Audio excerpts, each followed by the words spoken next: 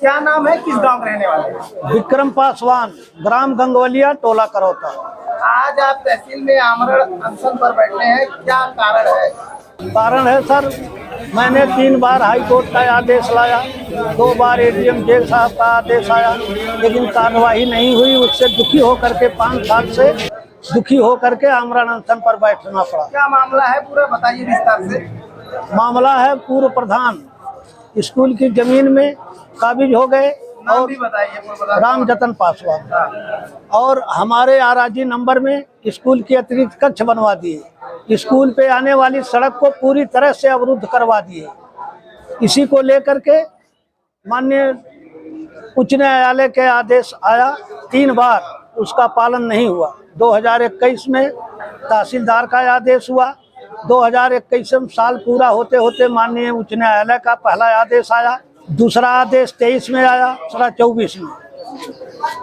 2 बार अपर जिला अधिकारी का आदेश लाए, कार्रवाई नहीं हुई। 3 बार नोटिस दे चुके, चस्पा कर चुके, लेकिन कार्रवाई नहीं हुई। किया जा रहा था तो आपने वो विरोध नहीं किया था? विरोध किया था। मेरे पेपर के माध्यम से मैंने एसडीएम का गुहार लगाया था। वो पेपर मेरे पास खड़े पन्ना पड़ा हुआ है, उसको आप देख लीजिए। उस समय क्या अधिकारी क्या बोले? कुछ नहीं बोले, गुआ करके इधर उधर मिला जुला कर छोड़ दिए।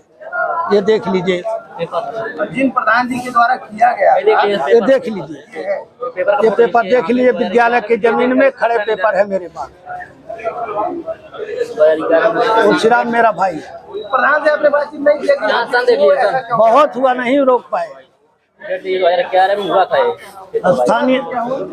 स्थानीय नेता के सहयोग से हम वो लोग दबा दिए, कुछ नहीं कर पाए। आप कहाँ गए?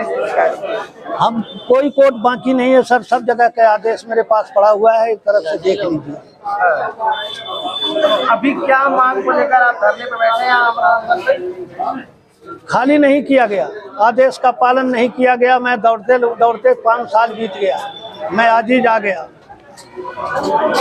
अगर आपकी मांगे पूरी नहीं होती है तो आप कब तक धरने बैठे रहेंगे? अनिश्चित बैठा रहूंगा।